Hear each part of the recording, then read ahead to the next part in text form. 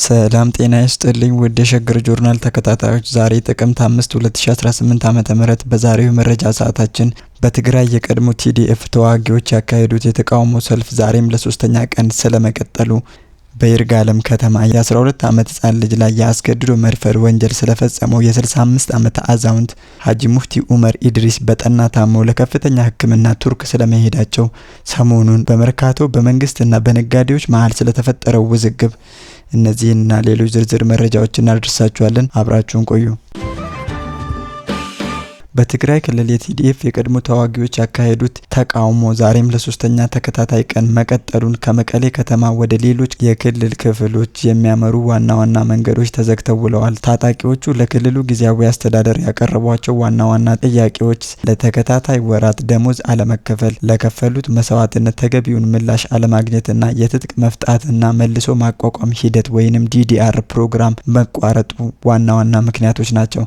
ተቃውሞ በዋነኝነት ሁለት ስትራቴጂካዊ በሆኑ አቅጣጫዎች የመንገድ መዝጋትን አስከትሏል። በክልሉ ደቡባዊ ዞን የሚገኘው ከመቀሌ ወደ መሆኒ እና ከዚያም ወደ አላማጣ የሚወስደው መንገድ ሙሉ በሙሉ የተዘጋ ሲሆን ይህም ተግባራዊ ያደረጉት ራሳቸው አርሚ 33 እና 43 ናቸው። ሸገር ጆርናል እንዳረጋገጠው ይህ የመሆኒ ከተማ አቅጣጫ ከመቀሌ ወደ 100 ኪሎ ሜትር አካባቢ ይርቃል።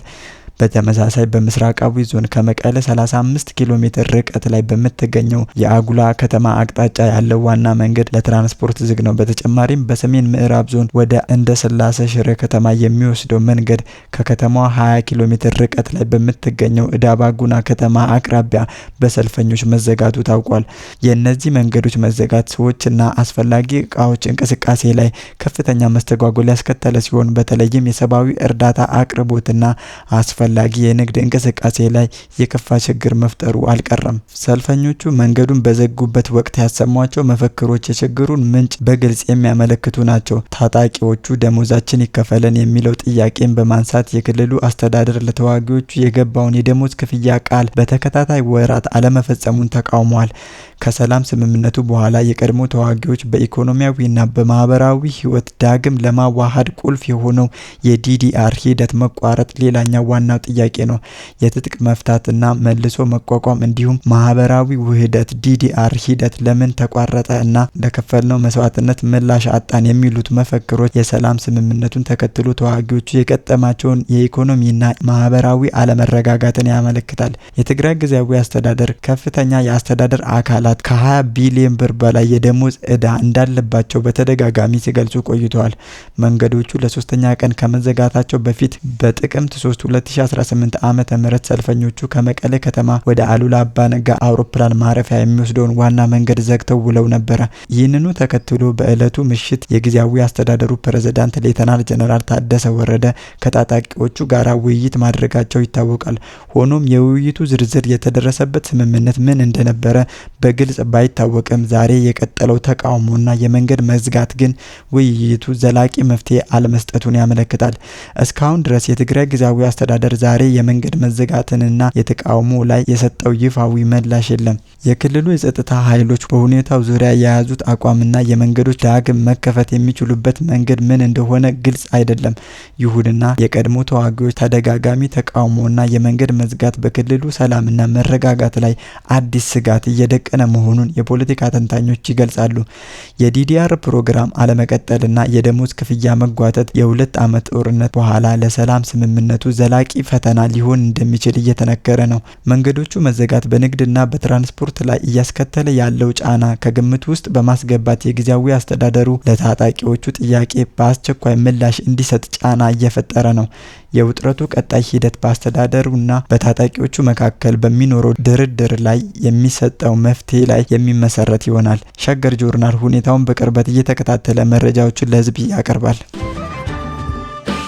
በሲዳማ ክልል ማዕከላዊ ዞን በይርጋለም ከተማ አስተዳደር አንድ የ65 ዓመት አዛውንት በ12 ዓመት ህፃን ልጅ ላይ ያስገድዶ መድፈር ወንጀል በመፈጸም የ23 ዓመት ከ6 ወር ጽኑ እስራት ተፈርዶበታል። ፍርድ ቤቱ ይህንን ውሳኔ ያሳለፈው ተከሳሹ የኤችአይቪ ኤድስ ታማሚ መሆኑን እያወቀ ወንጀሉን በመፈጸሙ የቅጣት ክብደት እንዲጨምር በማድረጉ ነው። የከተማዋ ፖሊስ አዛዥ ኢንስፔክተር ደግነት ደስታው ለጋዜጠኞች እንደገለጹት አስነዋሪው ድርጊት የተፈጸመው ነሐሴ 6 2017 ሲሆን በዚሁ ቀን የከተማዋ ነዋሪ የሆኑት አቶ ናስር ኑር የተባሉ የ65 ዓመት አዛውንት በከተማዋ 06 ቀበሌ የምትኖር የ12 ዓመት ልጅ ታዳጊ ላይ ያስገድዶ መድፈር ወንጀል ፈጽመዋል።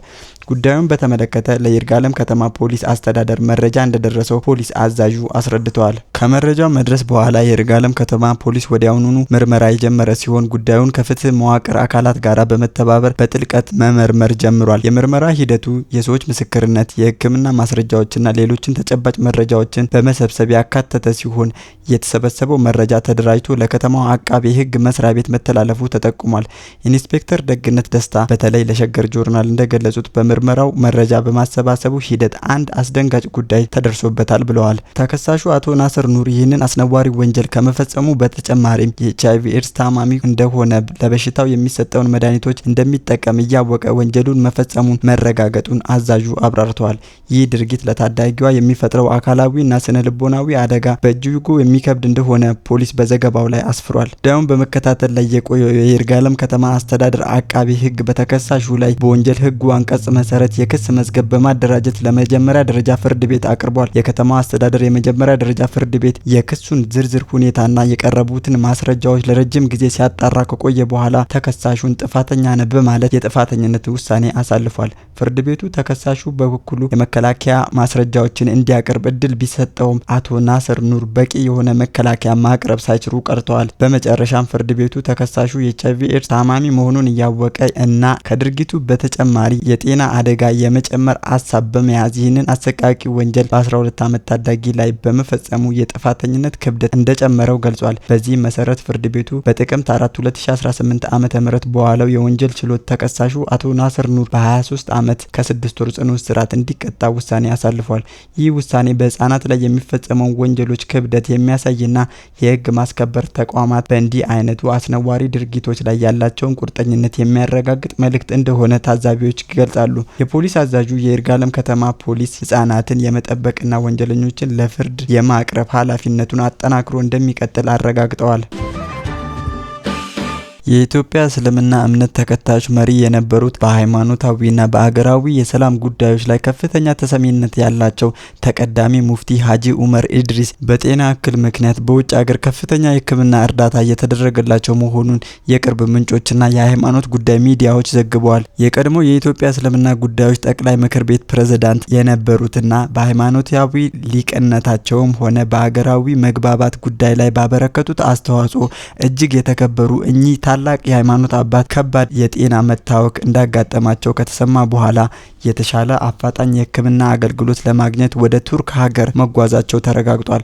የጉዟቸው ዓላማ ለከፍተኛ ሕክምና መሆኑ የተገለጸ ሲሆን በአሁኑ ሰዓትም በቱርክ ልዩ የሕክምና ተቋም ውስጥ በሐኪሞች ከፍተኛ ክትትል ላይ እንደሚገኙ መረጃዎች ያመለክታሉ።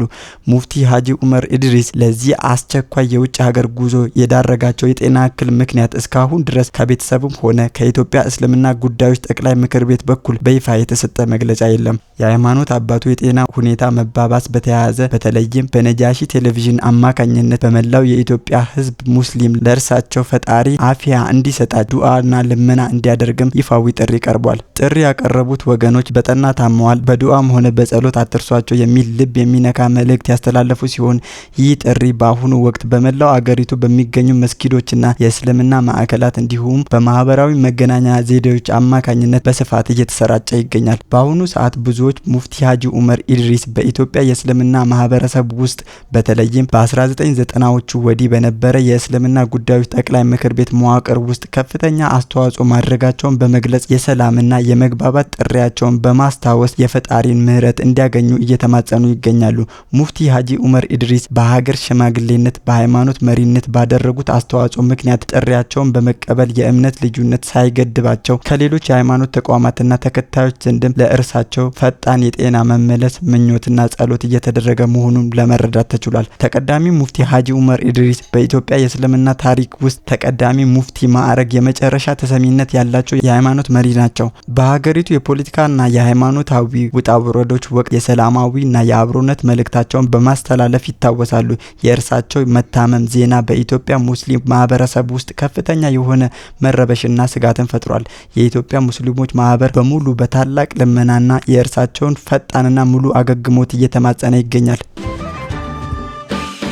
ከደረሰኝ መቁረጥ አለመቁረጥ ጋር በተያያዘ ገቢዎች ቢሮና እንደ መርካቶ ባሉ ገበያዎች የሚሰሩ ነጋዴዎች አልፎ አልፎ ውዝግብ ውስጥ ሲገቡ ይታያል። ይህም ውዝግብ አንዳንዴ ወደ ሱቅ መዝጋት አድማ ሲሸጋገር በቅርብ ወራት ታይቷል። በተመሳሳይ ከሰሞኑ የገቢዎች ቢሮ በመርካቶ ጠበቅ ያለ ቁጥጥር እያደረገ ይገኛል። ከስፍራው የሚወጡ መረጃዎች እንደሚያሳዩት በተለይም ሸቀጦችን፣ እቃዎችንና ምርቶችን ጭኖ ወደ ተለያዩ ክፍለ ሀገራት የሚሄዱ ተሽከርካሪዎች ላይ ከባድ ፍተሻ እየተደረገ ነው። ይሁንና በርካታ በመርካቶ የሚካሄዱ ግብይቶች ደረሰኝ የሌላቸው ከመሆኑም ጋራ በተያያዘ መደብ ተብለው የሚጠሩና በርካታ ሱቆች ስር የሚሰሩ ነጋዴዎች ችግር ላይ እንዳሉ ለሚዲያችን ጠቁመዋል። በአዳራሽ ዙሪያ ያለን 15 ዓመት በላይ የቆየን ነጋዴዎች መነሳት አለባችሁ ተብለን ከባለፈው ቅዳሜ ጀምሮ ተነሱ የሚል መረጃ ይዘው መጡ።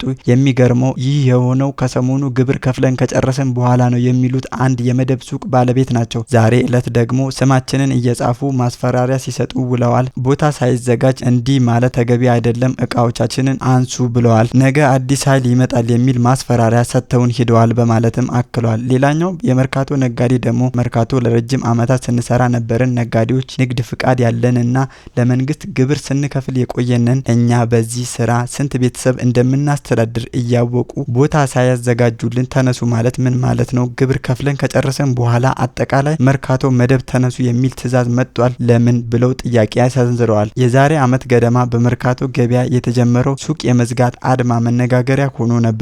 መንግስት እያካሄደ በነበረው የደረሰኝ ቁጥጥርና ቅጣት ምክንያት ነጋዴዎቹ መደብሮቻቸውን በመዝጋት አድማ ላይ ነበሩ። በወቅቱ ከአድማ በተጨማሪ ከመጋዘን እቃ ማሸሽ ተግባር መኖሩን የገለጹት ነጋዴዎቹ በዚህም ምክንያት ገበያ መቀዛቀዙን ገልጸዋል። የአዲስ አበባ ከተማ ከንቲባ አዳነች አቤቤ በበኩላቸው ቁጥጥሩ የተጀመረው በርካታ ህገወጥ አሰራሮች ስላሉ ነው ሲሉ ተናግረውም ነበር።